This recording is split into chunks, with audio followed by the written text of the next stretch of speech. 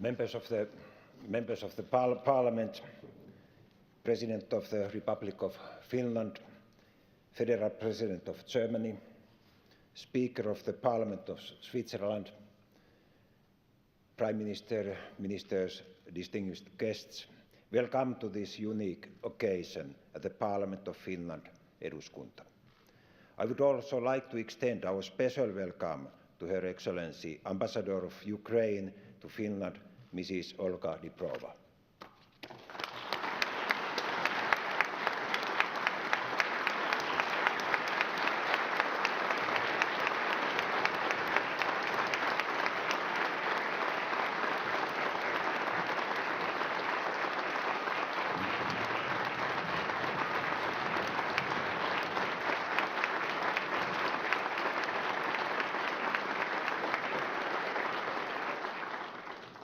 Today we are witnessing the horrors of war in the middle of Europe.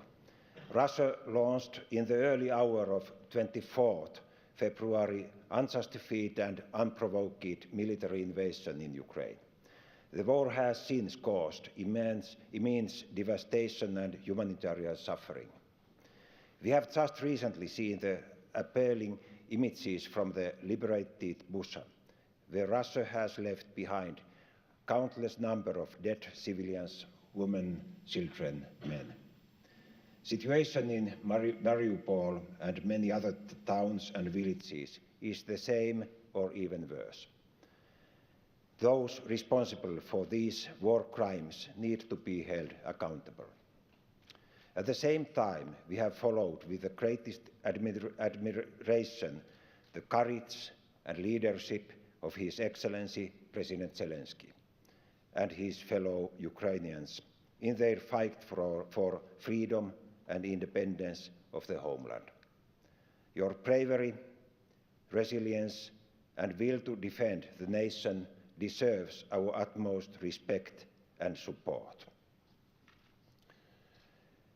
We are all honored that President Zelensky is able to address today the Finnish Parliament from Kyiv despite in the midst of the war. Mr. President, you are warmly welcome.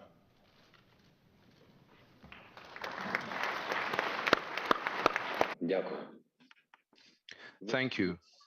Thank you very much. For me, this is a great honor.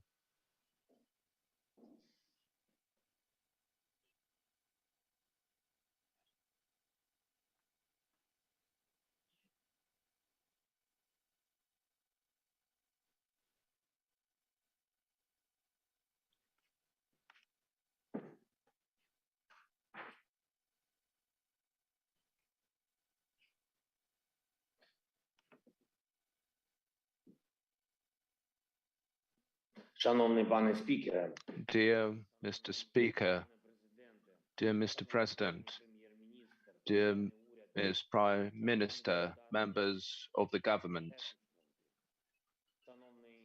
members of the Parliament, Mr. Federal President of Germany, Ms. Chairwoman of the Swiss Parliament. I would like to start with what happened today. Russian military hit the railway terminal in the city of Kramatorsk. This is an ordinary railway terminal. People crowded, waiting for the trains to be evacuated to the safe territory. They hit these people. There are witnesses, there are videos, there are remnants of the missiles and dead people. About 30 killed and 300 wounded as of this moment just there. Again, this is just a rank and file railway terminal, just an ordinary town in the east of Ukraine. This is how Russia came to protect the Donbass, how they view the protection of the Russian-speaking population. And this is the 44th day of our reality. After 8 years of war in the east of Ukraine, I would like all of us to commemorate with a moment of silence all those who were killed by Russian missiles, Russian bombs, and Russian arms. Thank you.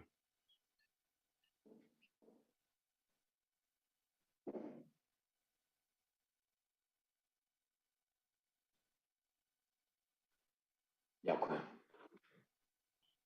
Thank you.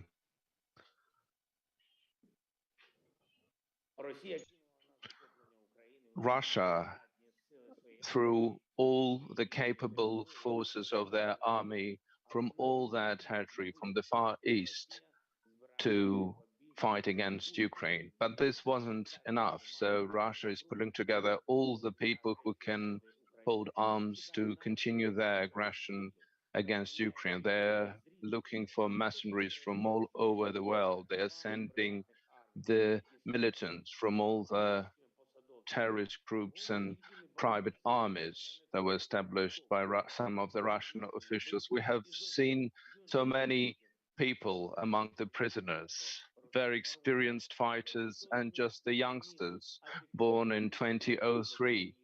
But no one can adequately explain why do they need this war against Ukraine? Why do they need to hit civilians with missiles? Why this cruelty that the world has witnessed in Bucha and other cities liberated by Ukrainian army?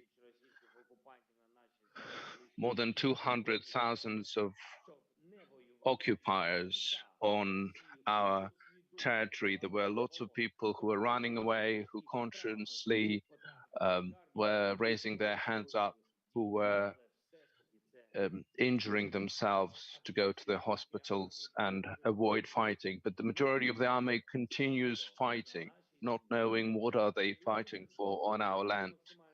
An absolutely insane and absolutely cruel war is waged, and sometimes you think whether they are human at all. Yesterday, the Russian soldiers just shelled a boat with the peaceful people in Kakhovka water reservoir. People were trying to save their lives by being evacuated, and they shelled them with missiles. These are dozens of meters away from the shore of the river, and they hit them with missiles. So in all the districts where the Russian army went in, there are hundreds of cars, civilian cars that were shot at and put on fire. They did see that these are just ordinary people. There is no danger, but they still were shooting. There are many examples of these cars with civilians that were simply crashed by the armored vehicles, just ran over them. You have seen what Russian military has done in the city of Bucha, but they're doing this butchery of this sort in Mariupol and Kramatorsk and Kharkiv and Kherson. And I think you do understand that if the Russian army will get the order to invade your country, they will do the same with your country as well. This is something I don't want you to witness. They will do the same what they did in the city of Bucha to your cities as well, to the cities of any country. Whatever the Russian Federation authorities will decide, as if this is their land, part of the empire. And even if Russian soldiers will not understand why they need to do this, they will still keep on fighting because this is hatred. This, this is the hatred to other people that is being nurtured among the people of Russia on the national level. Ladies and gentlemen, in your history, you have seen the invasion of Russia in your land, and this threat is still there. We have to do our best to make sure that this is not repeated again. The war of Russia against Ukraine is decisive not only for the future of our country and our nation, but all those who have a common border with Russia. Just like you, 83 years ago, Ukraine has the bravery to defend itself against such an enemy and such a power which is numerically superior. There are simply too many of them. Numerically speaking, they have a lot of equipment and a lot of missiles, lots of people who can be thrown to war, and a lot of oil and dollars and euro that are spent for the propaganda of aggression. But just like your courage rescued your country from the Stalin invasion, similarly, our courage resists this invasion 43 days now we have been doing so, but lots of things have to be done more. Unlike the Second World War, the democratic world understands that you cannot simply turn the blind eye on the inspection of the tyranny. If the people are fighting for their freedom, they need to be supported. But ordinary people understand these things and these concepts more than some influential leaders. Smaller countries understand it better than some of the bigger countries. We have to consist the strong people of the world that such sanctions against Russia are needed, sanctions that will not be able to be bypassed, and sanctions that will stop their military machinery. We still have to ask for the assistance and the armament, and what we hear in response that we still have to wait for the fighter jets to come, for the anti-missile, anti-ship equipment to be delivered. They are telling us that we need to wait in the situation when we are losing hundreds of people on a daily basis because of the Russian attacks, when dozens of our cities have been destroyed. We still have to wait when more than 10 million people became IDPs. We still have to wait. In the reality, when more than 3 million have left their countries out of 10 million IDPs, together we need to do our best to make sure that these people will be able to come back home. We need to stop Russia. We need to stop the war, to make sure that peace is brought back to Ukraine and Russian occupiers would leave our sovereign territory. And this is something we cannot wait for. They tell us that we have to wait, but I have a question whether we, those who are killing Ukrainians, are to be held accountable, and those who are making us wait for the things that we need badly, wait for the means of protecting our lives, wait for weapon. And I'm very grateful to Finland that you didn't wait when this invasion of Russian Federation started, that you were very quick to help, that you made a historic decision of providing a defense support to Ukraine, for showing a principled position in sanction questions, that you are one of the mm, moral leaders of our anti-war coalition, but would like you to show even more leadership, both on the level of the European Union and bilaterally with the countries of the EU, to support our fight for freedom, for our common freedom. At the time when we have this war, when the tyranny is losing against in the war against Ukraine, and this will be the biggest contribution in the security of Europe, and therefore one of the biggest contribution to the security of your country. Therefore, we need weapons that some of the EU partners have. This is why we need powerful, efficient sanctions against Russia on a permanent basis, a sanction cocktail that would be remembered just like Molotov cocktails.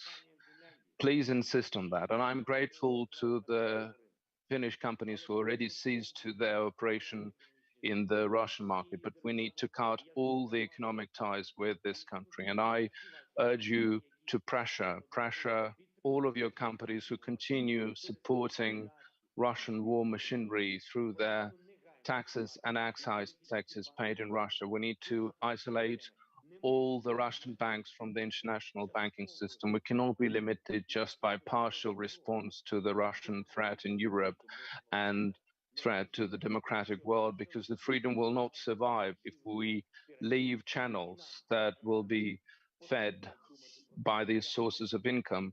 And we need to think about how to protect Europe from the Russian energy weapon. Every educated person knows that the times of the fossil fuels is in the past. We cannot rely on coal and oil. We have to look for new sources of energy. And if Russia is abusing their energy resources to finance aggression against other nations and spreading hatred around the world, it means this will be this should be an additional powerful incentive to speed up all the necessary decisions. How much longer can the Europe ignore the introduction of embargo against oil supplies from Russia? How much longer? This is the big question that environmental and military sectors are looking forward to. And I want you to ask this question very loudly to all the European unions for such a decision to actually be made. The world knows different modalities how this can be done. And if Europe doesn't want physically to stop these supplies now, if you're not prepared to do that, although this is still inevitable, at least as a first step, you need to introduce the scheme of restricting the money flows for oil to Russia. It should be accumulated on the special accounts without Russia accessing them. Let Russia first bring peace and be held accountable for the military crimes, and then get hold of their oil and dollars and gas and euro. So let them first remember what the Helsinki spirit is and restore that Helsinki spirit, and only after that they can start the discussion about economic issues if need be. And when we are talking that we need to stop the war, when we're saying that, I think this is something very clear to all the cultures in the world. And this is a clear message in different languages. When I say this in Ukrainian, I think there's no one who would not understand what it means, especially also if you say this in German, in Arabic, or Chinese, or any other language for that matter. We share this common value. The war is equally evil for everyone. Ladies and gentlemen, the people of Finland, I do believe that common sense will win, and that together we will be able to protect freedom and Ukraine. This is why we need to start thinking now how to rebuild our country after this war. The world knows about the leadership role of your country and your nation in the education sector. You have developed such an educational sector that allows you to protect personal freedom of the human being, make them educated, teach them respect to other people and environment and the globe. And this is something we have to learn, and other countries have to learn. And in the 1.5 months of Russian aggression, 928 educational facilities have been destroyed or damaged, kindergartens, schools, universities. I welcome you and your companies, your experts, to join the efforts of rebuilding of our educational sector and join the efforts of modernization of education in Ukraine. We have to do our best that even after this super cruel war against our people would still have kind hearts and to be open to the rest of the world. I believe in this because the hatred has to lose, the freedom has to take over, at first in Ukraine and then all over the world where the tyranny will try to raise up their head. Thank you to Finland. Slava Ukraini.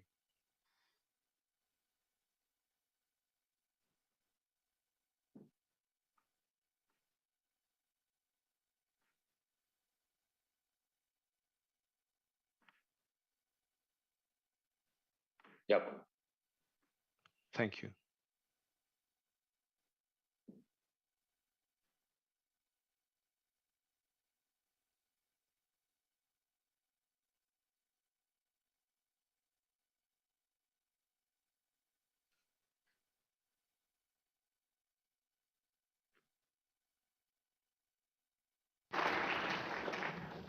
Thank you, Mr. President, for your powerful message and brave leadership.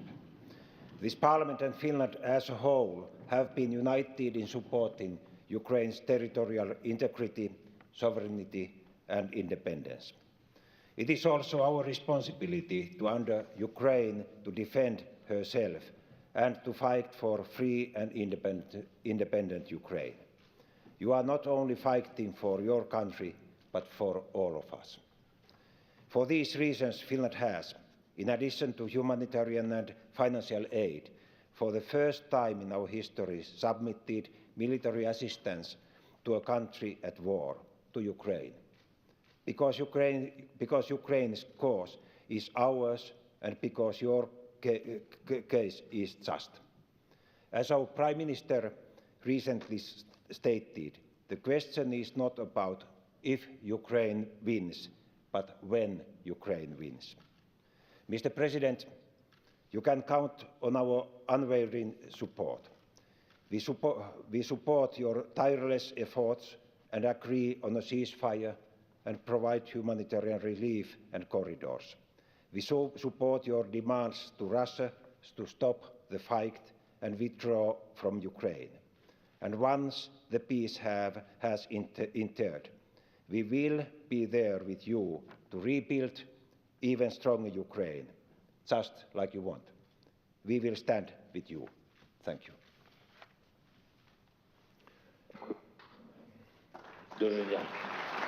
Thank you very much.